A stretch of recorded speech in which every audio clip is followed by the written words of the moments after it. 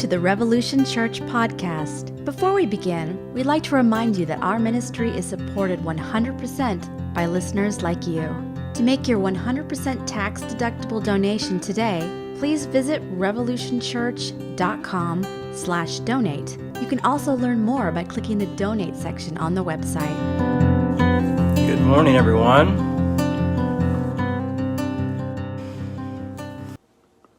Welcome to Revolution. Happy Easter, folks. Woo. Easter Bunny didn't come to my house today, so. Oh, man. Oh, man. Does the Easter Bunny keep a naughty nice list? Maybe. He just might. Or she just might. I don't know what the gender is of the Easter Bunny. All right, everybody. Well, welcome to Revolution Easter 2021. Glad to see y'all here. What is going on? It's Easter. That's what it is. So in a few days, I've been told that everyone in Seattle can get shots. So I'm hoping to get a shot this week and finally get my license. It's taken me 4 months to get my license that expired in December up. So that should be interesting. I'm guessing a lot of folks who regularly watch are at church today. Yeah. Since Sunday is I skip church I go to church everybody goes to church once a year, right? Usually on Easter. Or twice a year. Or Christmas. Yeah. Well, so here we are, Easter Sunday, and I'm trying to think I usually give a little bit of talk about my week. My son started T-ball yesterday, and that feels very adult. It's funny to be around a bunch of other T-ball parents who know about sports, and I know nothing about sports. I finally had to look over at one dad and be like, oh yeah, his mom knows about sports. Skateboarding is as far as I got, but she's over there, because he was asking me all these questions, and then my ex-wife was like, tell him to hold the bat by the barrel. And I was like, I don't know what the barrel is. I'm guessing it's one side of the bat. So I just wasn't raised with sports at all. But yeah, so it was cute though. It was really fun. His sister was cheering him on, and that was really, really, really cool to see. So yeah, it's fun to enter into the adulting world and see what other people are up to. But yeah, so anyway, I guess that's it. I don't have any really good drama for you. The world, I think, has got enough drama as it is. So I'm going to start with the talk today. I guess confession time is, I've never really been comfortable and I've said this before, I think, but I've never really been comfortable with religious holidays that fall on Sundays, because I always feel like it's like I guess I wouldn't make a very good mainline pastor who has to go by because they go through the what's it called? They have that book that they go through.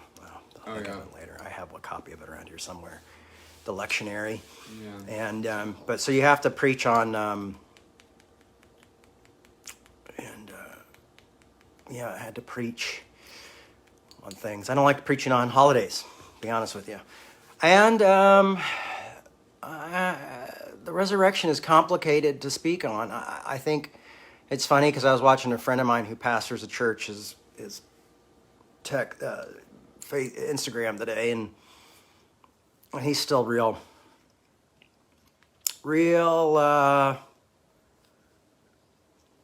traditional. And so they had he's risen indeed, signs and all this great stuff going on, and the whole shebang and celebration. And but for me, I have so many questions, and I struggle with doubt, and I guess the two biggest questions, not biggest questions, they're not really big questions to me anymore, but two really stretching of the belief system is rising from the dead after 3 days and virgin birth. So that virgin birth one is always something you can kind of easily talk about historically and in question. Really, resurrection is, I'm not going to get into all of that, but I'm going to talk about resurrection today, believe it or not. I was trying to figure out how I wanted to talk about this issue. So we're going to talk about resurrection. So we're going to start with the book of Acts. And the reason I decided to go into the book of Acts, well, one, everybody's living in a post-resurrection world, but also I think, Paul has this experience. The Apostle Paul has this experience, which I think is really interesting, because he has this experience with Christ and this vision of Christ. And I feel like the resurrection becomes extremely real to him through this experience. And so I really wanted to kind of look at how, what is resurrection, even if we struggle with the idea of a bodily resurrection, which I know a lot of you who listen to Revolution do. I talk to a lot of you on Instagram and DMs on Facebook, and we talk about these different things and talk about the afterlife and have questions about that. But I think Paul's is interesting. So let's look at Acts 9 and Paul's conversion. And I think Saul actually means Paul. I just think the Bible makes it that way so we can kind of differentiate between his past and his present. But meanwhile, Saul, still breathing, threats, 9:1 says, and murder against the disciples of the Lord, went to the high priest and asked him for a letter to the synagogues at Damascus, so that if he found any who belonged to the way, which is what Christianity was called, belonged to the way, men or women, he might bring them bound to Jerusalem. Now, here's the interesting thing is when Paul was basically going in and asking for these rules so he could come in and literally arrest people who were followers of Jesus. That was his whole thing.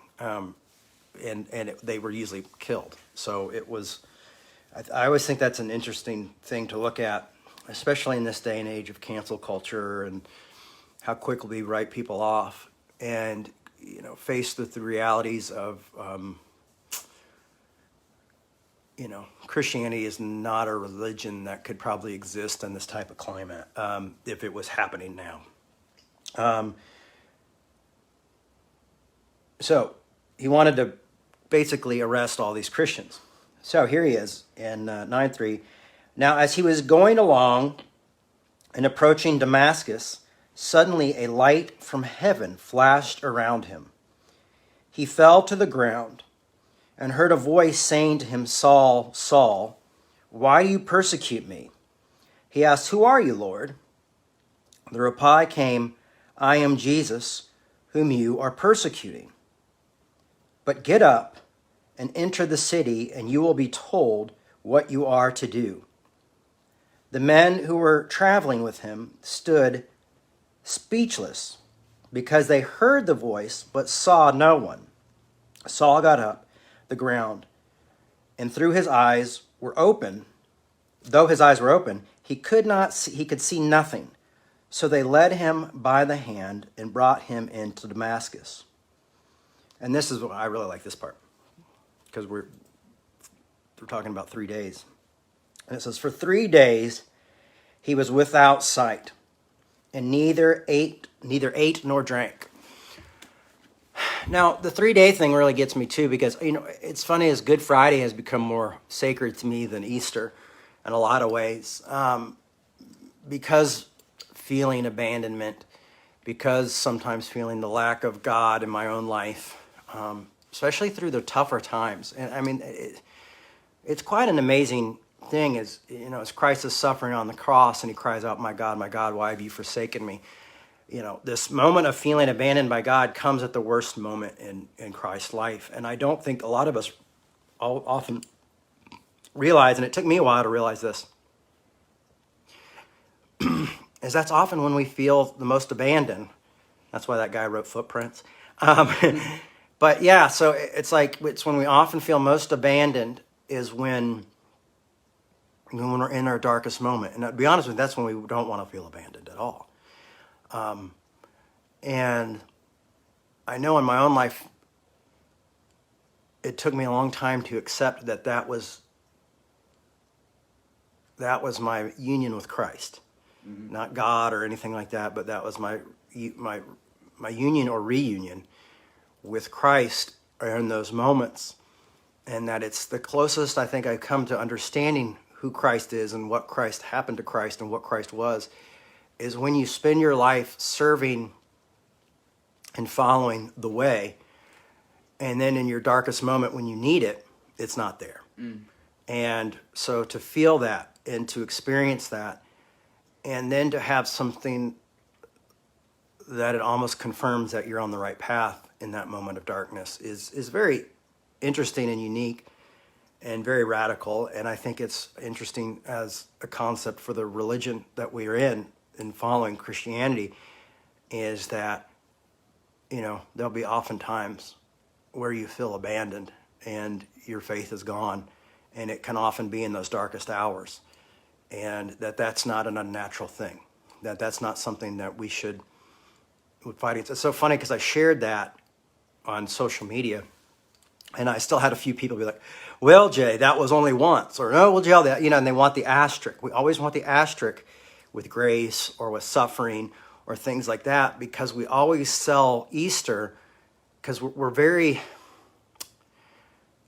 capitalistic in our faith system in America and other countries as well, but we always want the win. The resurrection, Sunday's coming.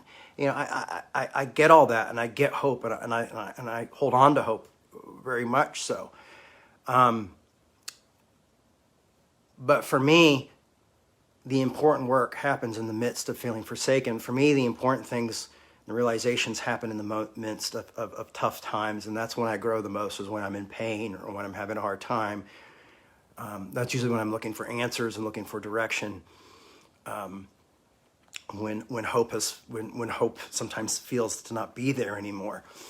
And so I think one thing that the Catholic Church maybe has right is maybe all those statues of Jesus crucified, which growing up, I remember I'd had a crucifix that I got in Jerusalem, and I remember wearing it at my dad's church, and people at the church, meaning well, I think, came up to me and told me that Jesus wasn't on the cross anymore. But I think there's that denial, the denial of death, that denial of pain. It makes me think when we had Steve a couple weeks ago, and he was talking about people dying and their bodies were getting that eviction notice. That their bodies were giving people the eviction notice, like it's time to die. You're leaving your body. And he said about my mom and some other people who are suffering. And I feel like that's where Christ was. When he was getting that eviction notice, he felt forsaken. And I feel like we don't celebrate the victory there. But I think there is some sort of victory there, but I don't think I think what it is more of that peace that passes all understanding. And what I mean by that is there's a reason why it passes all understanding, is because you're in a moment that shouldn't have no peace in it at all. You're in a moment where there should be no peace. And that's where that comes from. That's where that suffering with Christ comes from. That's where taking up your cross and dying with Christ comes from. So to me, that's the radical part of Christianity. That is the amazing part of Christianity to me, is that even in those moments of the darkest hour and the dark night of the dark night of the soul, in the dark night, it's still, the abandonment is still sharing with Christ. It's still Christ-like. It's still Christ-like to be in that place. It's still Christ-like to even want to escape that suffering. So to me, that's really powerful. And so what we see here with Paul is the reason I'm looking at Paul's life is because to me, this is Paul's death and resurrection in a way. And he does have the 3 days of not eating and not doing anything. He's just done, and he's blinded. But he's had an experience with the resurrected Christ. And here it is it's extremely real. It's extremely, seems almost tangible for him, even though it was a vision. And I think that's the thing is growing up in kind of a more legalistic, the Bible's got to be this and this and this, you've got to have this Christ that you can touch, and which we'll talk about in a minute. But it's got to be this way or this way. But it was no less real to the Apostle Paul than it was to Peter or James or Mary or any of these people who had an experience with risen Christ. It was still extremely, extremely real, and I like that. I connect to that. And I've not even had a vision, so. But so this idea is that you see Paul coming into this moment, too, of where he has caused great suffering. And in his new life and in his resurrection, his life is about to take a different path, a different way of going when we celebrate resurrection. But I think Paul has a resurrection moment, and that's why he's able to talk so clearly about Christ. And if we look at it, it gives us no soft fuzzies about the resurrection, which I think a lot of us grew up with. It's the answer, and it's victory over death, and it's and it's a lot of that. But let's look at the realities of resurrection for us. What does it mean? So it goes on. I'm going to jump down a little bit here. Maybe I'll just go through the whole dang thing. Why not? It's Easter Sunday. Now there were disciples in Damascus named Ananias. Lord said to him in a vision, a lot of visions happening, Ananias. He answered, Here I am, Lord. Here I am, Lord. The Lord said to him, Get up and go to the street called Straight, and at the house of Judas, look for a man of Tarsus named Saul. At that moment, he is praying, and he has seen in a vision a man named Ananias come in and lay his hands on him so that he might regain his sight. And I like this. This is interesting, is that this experience of the Christ has blinded Paul. Paul cannot see. And for me, I've always felt the same way about grace. Is for me, when I discovered what grace really was, I became blinded. And honestly, I don't think I ever learned to see again the same way, ever. It really did something to me. It's probably another reason I'm Paulinian, is because I relate so much to Paul in some of these ways. I never killed Christians, but I have wanted to. 13 says, But Ananias answered, Lord, I have heard from many about this man, how much evil he has done to your saints in Jerusalem. And here he has authority from the chief priest to bind all who invoke your name. But the Lord said to him, Go, for he is an instrument whom I have chosen to bring my name before Gentiles and kings, and before the people of Israel. I myself will show him how much he must suffer for the sake of my name. So Ananias went and entered the house. Now, this is what I think is interesting about Paul's, we call it conversion, but let's look at it as resurrection for a minute. Paul's death of Saul and the resurrection of Paul, if you want to do that, to make it clear. Once again, I'm going to hit cancel culture in the face. Bam!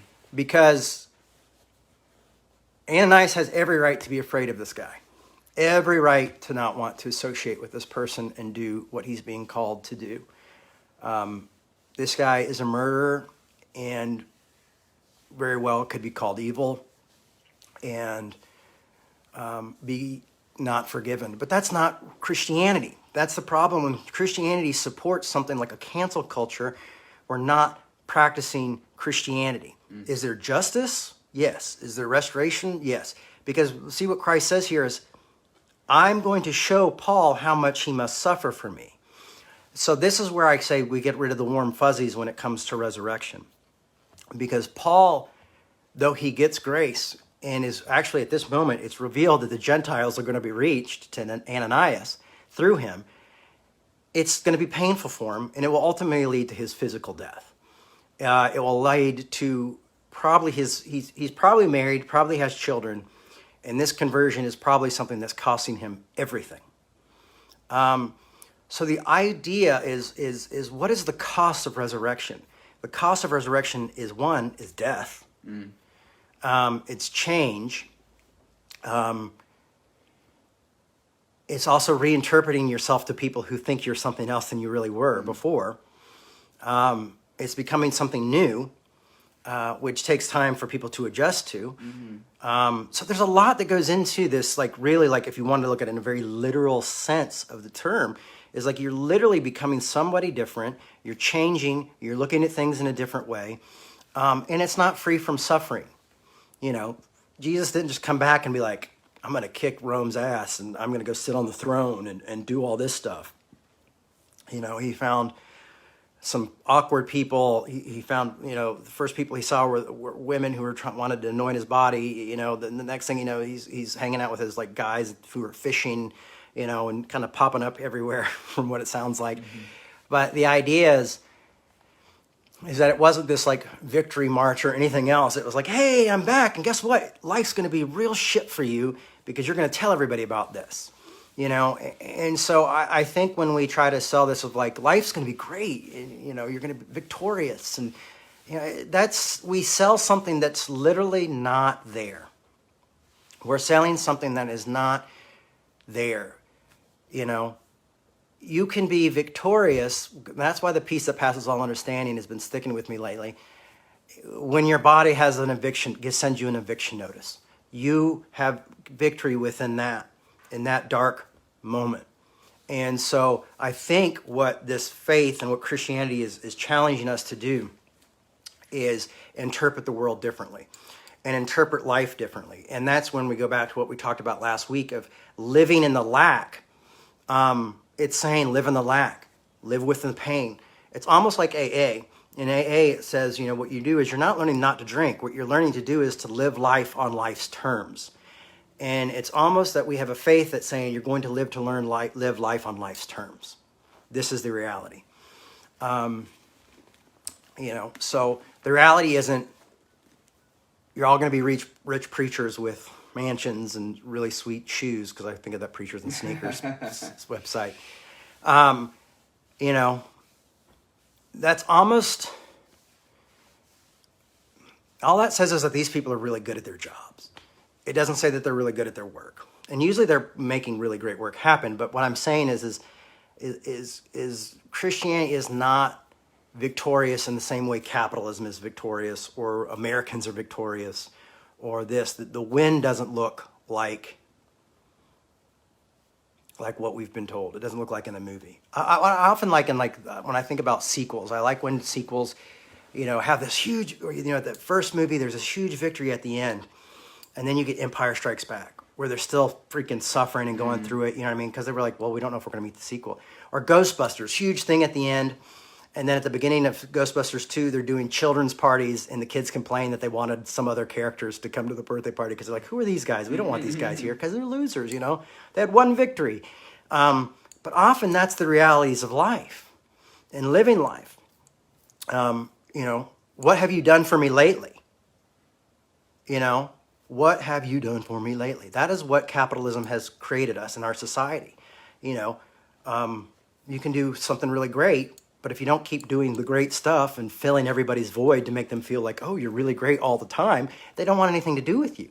And they either forget you or find a way to turn you into the villain, very much like in the second Batman. Anyhow, I'm nerding out right now. It'd be suspicious if you didn't mention Batman more. Is it really Jay? Yeah. Is it a robot?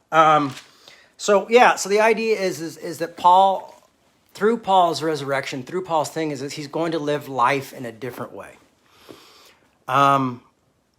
And I find that very interesting about resurrection. So that's the first part of my talk is what is it, where does resurrection lead us? It leads us into maybe a new life in a new world, but it's definitely something that's interesting and different. And it's definitely worth understanding the peace that passes all understanding. But then if you look back easily at the commandments of love God with all your heart and equally as important, love your neighbor as yourself, if you know anything about loving others, even loving romantic love, over time it becomes difficult and it becomes something that we have to work on and something that we have to live with in life's terms. And so I think what we have to do is take the fairy tale out of it and live into the reality of it. So I don't know, I guess that's very, maybe a dark way of looking at it, but for me, it's a realistic way of looking at this situation, realistically looking at something that maybe we've over spiritualized or over glamorized over the years to make it into this great thing. Another really cool resurrection moment I like is in the book of John. I'm turning there.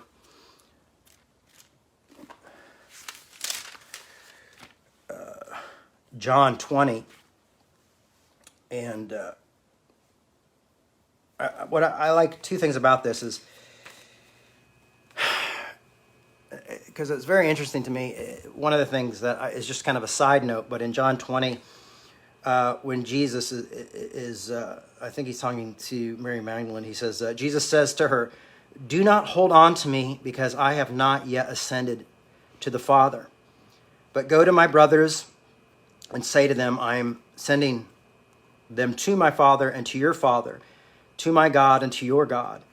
Mary Magdalene went and announced to the disciples, "I have seen the Lord," and she told them that what he had said and these things to her. And I like this idea of, I haven't quite ascended to the Father yet, you can't even touch me. Like there's something like, you can't even connect with me because I'm still in this moment of transference. I've still not come to a place where I'm ready to be accepted or touched or realized. And to me, I think that's very, very, very interesting. But my favorite story about the resurrection, I think, has always been 20:24. It says, "But Thomas, who was called the twin, one of the 12, was not with them when Jesus came. So the other disciples told him, 'We have seen the Lord,' but he said to them, 'Unless I see the marks and the nails in his hands, and put my finger in the mark of the nails and my hands in his side, I will not believe.'" Now, we all know that the story ends with Jesus letting Thomas do that, and Thomas believes, and then Jesus says, "Blessed are those who don't see and believe," which is all of us, if we're here or kind of subscribe to this idea of Christ. But I like the room that it makes for doubt. Mm-hmm. I like the room for doubt in our faith. I like that Thomas is there. If Revolution was to change its name to something that was more churchy, I'd probably call it St. Thomas's Church of the Divine Doubt. Something like that, because I think there's always room for that. And I think you actually see it in John 2 when Jesus ascends, and you hear that the disciples say, "Surely that was the Son of God." And I've always thought that was very interesting for me, because saying that, surely that was, always has a bit of doubt still built in it. They'd seen it for themselves, and there was still doubt within this resurrection. There was still doubt of this. Now, how many people do you think saw Paul and Paul's change and Paul coming to their town, who also felt this kind of doubt towards there's been a change within this human being? And that's kind of the price you pay for resurrection, is there's always going to be doubt. There's always going to be people like, I need it proved to me. In our own lives, we're always going to have Thomases. Especially in the culture today, where everybody's like, we're going to judge you on the one or two bad moments in your life and cancel you.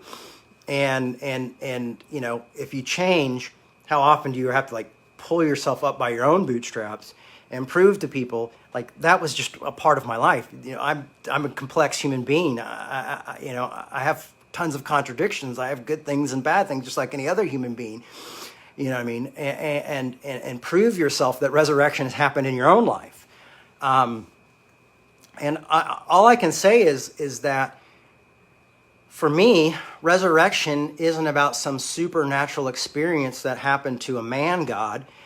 But for me, it's looking into my own life and saying, what do I glean from being from Christ? And what do I see from that? And what do I see from Christ's even vision to Paul? Is that my life is going to change. And I saw someone make a comment on Facebook today that said, you know, we all have these small resurrections in our lives. And it's true. You know, we have these moments of death and resurrection and death and change. But for me is the idea of continuing forward even in the darkest, most suffering moments, but also being able to live within that darkness and, you know, being ready for the next. What's next after those moments of darkness? And I have a friend who's going through just horrific loss right now.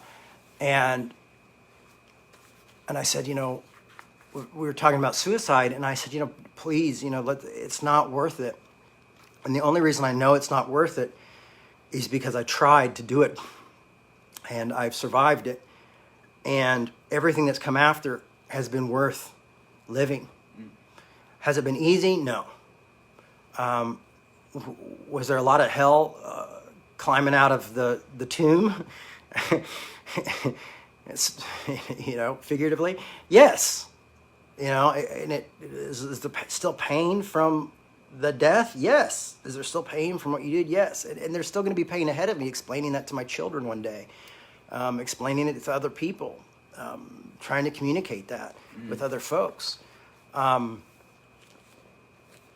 it's funny, even going through that, my own death and resurrection, explaining it to other people, we are so like, surely that was the Son of God, that even that just fades away and people don't care because they want to hear who's done it lately. Who's gone through it even lately. Like, we just want the new resurrected person. We want all this, you know, it's this, we've got this capitalist need for ill, for void, that our stories and our situations don't even last with one another. It's really strange to me.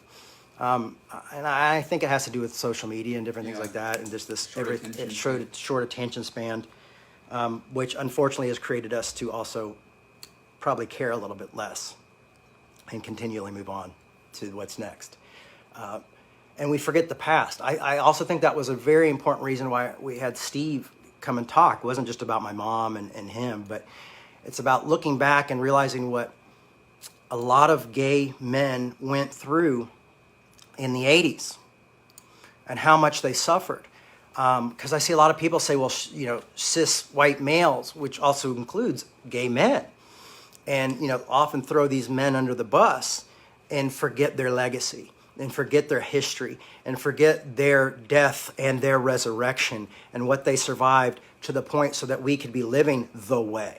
So we could have, gay marriage. So we could go through these things. I mean, literally, they were seen as the scum of the earth and plagued, have to have the plague and seen under God's judgment. Yet they rose in the same way Christ that is seen to be under God's judgment, you know, rose from that and created a better world for us. But with the short attention span, we often forget that, or maybe we weren't alive when that happened, and we don't think about history. And Hegel says, you know, all we learn from history is that we're destined to repeat it over and over again. And, you know, that's also an idea of concept of insanity. And so I feel like part of our ministry of church or revolution or gathering or whatever you want to call it is helping remind folks, hey, we've been there. What's next? You know, what's next for our resurrection with still remembering the past? Still, you know, I mean, most of what I understand about Christ, and I think Paul talks about Christ, you know, well, for Paul, it's actually more about resurrection. But for a lot of us who talk about Christ, we talk about life before the death, not after. And for Paul, it was all about the resurrection. And for a lot of us, though, it was all about life before death. So it's always just something to wrestle with and think about. And I love contradictions, so it's all there. You know, I think for me, when I feel most like Thomas is probably in the moments of darkness is when I'm in the shower, and that's the only time where I feel like I can be alone with any concept or ideal or thought of God, is when I'm just quiet and just bare and just trying to I think of all the times I was kind of crying out for God to show up, and it really took me reading my buddy Pete Rollins, one of his books, and talking about death and the death of Christ and my God, why have you forsaken me, for anything to become a reality for me and for me to continue to do this work because of those moments, and being able to embrace that despair and that hopelessness. And resurrection is also not just this thing that we celebrate, but it's also an end to a certain story. And often that story can be a loved one passing away, a end of a marriage, failure of a business. So I feel like often in resurrection we forget that mourning is built into the resurrection, that we've got to mourn within the resurrection.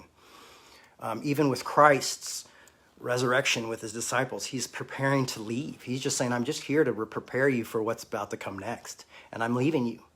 So I'm leaving you so I can give you the Holy Spirit, but I'm leaving. There's still this sadness that's involved. There's still this disconnect that's about to be involved. There's still mourning involved. And I think that's one of the reasons why in the Beatitudes it says, blessed those who mourn. Because I think that's part of the realities of life. And death is such a huge part of life. And that's also something I feel like we don't want to hold on to, is the realities we're all going to die. So I debated today a little bit if I was going to talk about my own experience, and I kind of did there a little bit. But through my own attempt to take my own life and failure to do so, I experienced very much what felt like a literal resurrection in a way, because I literally planned not to live anymore. And to have survived that and come out and wake up in a hospital bed and be in go in and being checked into a mental hospital for a few days and things like that. The work and the darkness that came out of that. One of the things I did learn from that, and learn from great therapy, from dialectic behavioral therapy and different things like that, was how to accept myself for who I was and not give really a huge damn of what other people thought. And there's something extremely powerful about that. But there's also took extreme loss in my life, and I've had many, many losses, many, many devastating moments in my life. But there was something about this last heavy one that really caused me to rethink and see things differently and lead me onto a path of self-acceptance. And it's been really great, but it's also really hard. And it's one of those things that I have to continually be honest with myself about, because I slip back into the ideas of wanting to please people and to make others happy. But what I've learned, and if resurrection for my life has caused me to accept anything, is to accept conflict, to embrace conflict as part of life, to have no more apologies. I've very few apologies, at least, but to let go of constantly being a people pleaser and apologizing because the sky is blue type of thing. To let go of that. But it's still very hard because everything inside me wants me to go back to a place of comfort. And if resurrection's brought me anything, it's brought me great discomfort, but it's still a peace that passes understanding because it's me being who I am and who I'm called to be. But when you go through that, people aren't always ready for that, especially if you've been a people pleaser before, and all of a sudden you're not a people pleaser, you're not popular as you used to be anymore. And so when you embrace the conflict, people aren't used to you bringing conflict, or people are used to you falling on your own sword, and all of a sudden you're like, I'm not really going to fall on my sword on this one because I don't see it that way. It becomes tough, and you do almost become like a new being. You almost do, and there are points when you're going through it where you're almost like, don't touch me, I haven't ascended yet. You know what I mean? It's like, don't, I haven't figured this out yet, so I might just lose it. or a temptation to return back to the old ways.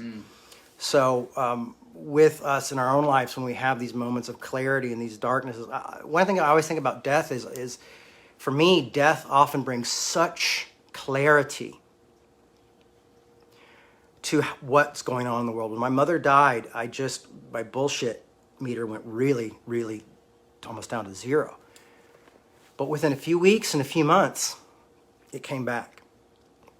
Because society was doing everything to tell me to live by society's rules, to live in this way of playing that game, and everything's not black and white, But when someone dies and you're in that moment of mourning, there becomes this clarity of everything that's important. But it's funny how society tells you to, oh no, those aren't important. You really need to do dances around those things, and you really need to conform to the way we work and say the things we do, or we'll reject you. And you kind of just slowly conform back into. So I guess if I'm a nonconformist at all, I'm a nonconformist in the way of saying, live your best life, live your truth, live your clarity. But doing so, be prepared to make other people uncomfortable, and be prepared to have less friends. Be prepared to have less people around you who want to work with you and listen to you. Because when you start to tell your truth and speak what you feel is the truth and live life on life's terms, it becomes scary to other people because everybody else is trying to project onto you what they want out of their life. And they don't want to take that tough road. They don't want necessarily to go through the death to get to the resurrection. And so they often avoid that and put that onto you. I mean, I had a lot of people tell me to quit the ministry when I was going through all that stuff because that was such a dark time for me. But often looking into it, I looked at their own people. I had to look at some of these people's own failures in their own lives, and realizing that they were just trying to say, like, well, if I was in this situation, I would give up. Right. But I had to realize that I was not going to give up, and that I just don't have a place in my life to give up. Don't give up. You're on the brink of a miracle, as my mom used to sing. But it's one of those things where I just don't have it in me. Consistency is something that I really love, even though that consistency involves and changes over time. But I can't. I won't give up. And other people were saying you need to give up. And luckily, I had one or two friends who told me, don't, keep moving forward. And that gave me the ability to move forward. I was thinking also today, somebody showed a clip of Pete Rollins, my best mate, used to have this talk he gave, and he said, you deny the resurrection. Every time he goes, of course I deny the resurrection. Mm-hmm. And you're like, what? And then he's like, I deny the resurrection every time I don't, feed someone who's hungry, or, I don't love my neighbor as myself, or I don't do these things. And he was saying, but what's powerful about that is what he's saying is if we want to live the resurrection, it's not saying I accept the complete literal resurrection if there was a camera there and Jesus walks out. That's not completing the resurrection. It's not saying I buy into it 100%. What it's saying is if I live the resurrection, I live the hard truth of loving my enemies, of standing up for those who are being persecuted, mourning with others. 1 Corinthians 13, never giving up, never losing faith, always be hopeful, enduring through every circumstance. When I don't do those things, that's when I deny the resurrection. Mm-hmm. But when I live into the resurrection, it's going like, yeah, I'm really trying to work and love my neighbor as myself. I'm really trying to love my enemies. That's when I live within the resurrection. It doesn't become this apologetics. It becomes, am I living within that resurrection? And living within that resurrection and accepting that resurrection is saying, yeah, I'm a follower of the way. I don't know how much I believe in this black and white or in like a science book or anything like that. But what I do believe that the resurrection has taught me to do, and when I do believe in the resurrection, you'll see me forgiving those who hurt me. You'll see me loving those who need help. You'll see me clothing those who are cold or feeding those who are hungry. That's my way of confessing the resurrection. And back to movies is one of the things I love. For me, I think one of the greatest resurrection stories is very much like Paul's resurrection story, is the story of Anakin Skywalker, and his move from Jedi to Sith to Darth Vader, to someone who's murdering Jedis everywhere and younglings and all these things, and going through this life. And then his son comes back and redeems him through one moment of death, where he has a moment and he redeems himself by saving his son. Interesting enough, very Christian-y kind of thing. And when we see at the end of Return of the Jedi, there's Anakin as a Jedi ghost or a spirit ghost or a Force ghost or whatever they call him. He's there. He's been redeemed for this moment, for this decision, for the moment he said, "I'm going to love my child. I'm going to do the right thing." And I love that concept of grace. It just speaks so loudly to us, and we all can love it and root for it if it's fiction or it's in a story, because it does something within us. But when we try to think about it logically, we have to go like, "Oh, it's just science fiction," But it does touch something deep within us when we see this bad guy that we love, who's a bad guy. We love rooting for the bad guy, but we see that redemption that it even is there for Darth Vader, and it hits us. There's something to it. There's something about this concept of resurrection, even for the enemy, even for the bad guy, that changes us. And for me, that's. I love that. I love to see that played out. I love to see how it plays on our instincts and in our emotions. Is this concept of resurrection? But that's my Easter Sunday talk today. That's the best I have for you. And I hope I've given you, I think I've probably given you a box full of stuff to think about and to work through. So good luck with that, as I like to say. May the force be with you. Thanks a lot for listening. We're going to do Q&A right now, Afterglow. So Caleb has been, I guess, taking notes on what's going on back there. And so if you have any questions or any pushback, you can also add it as we answer a few questions. And we'll get through this as quick as we can so you can go have some... So you can go to the Cracker Barrel and have dinner. Yeah, Dave asks who's behind you. You just answered that question. Hi, Dave. I'm Caleb. It's Caleb. Something came to me, Jay, near the kind of the wrap-up of what you were saying about Pete's take on living the resurrection, and that being like a kind of a constant renewal, and how that kind of parallels with the idea of being transformed by the renewal of your mind. Yeah. Like you're transformed into a new person, renewed back into Paul from Saul again, being kind of a practice and a renewal that has to keep happening, and how you're transformed by that. And we had a lot of really nice comments.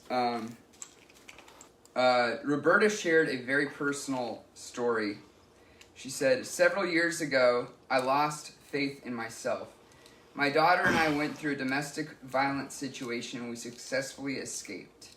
6 months later, my son, who was ill, passes away.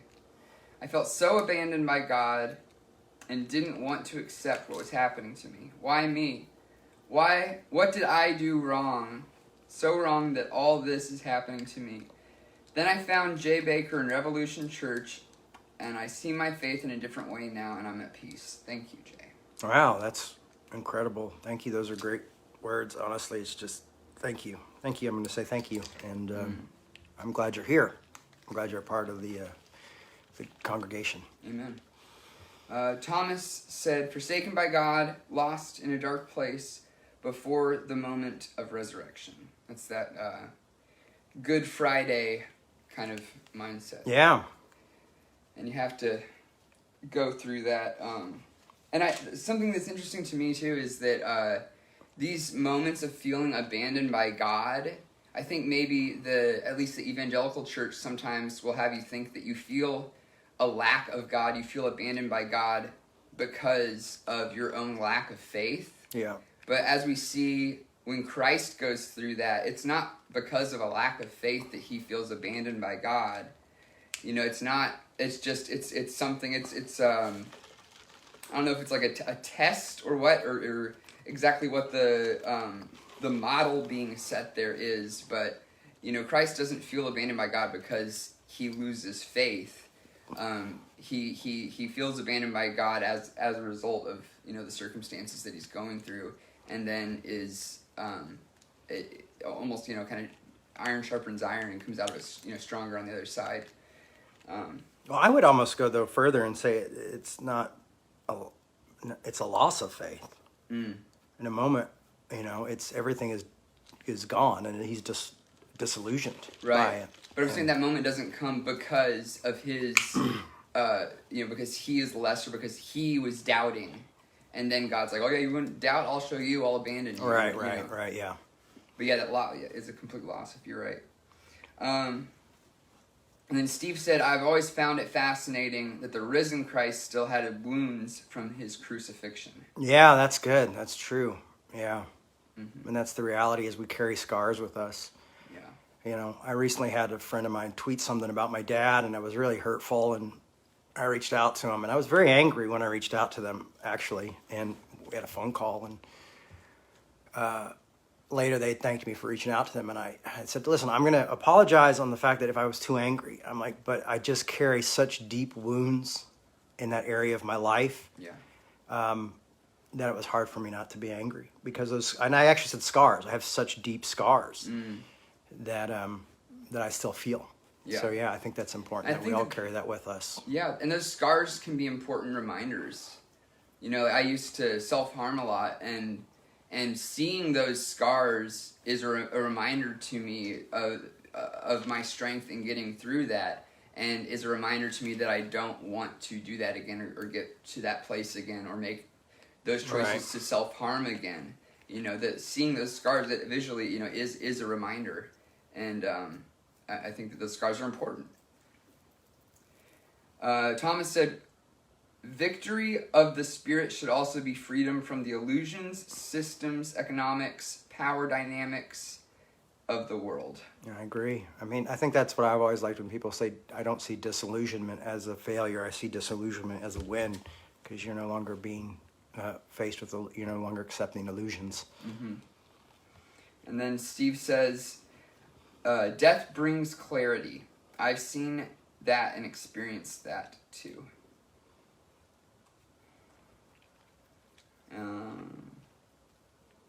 Yeah. Cheryl said, amen, Caleb. I just went through 12 different emotions. That's what you just said. That's nice. Okay, yeah, I think that's about it for feedback. Well, everyone, thank you so much for coming today. Thanks for your feedback. It was really encouraging. Happy Easter. I hope you have a great day today.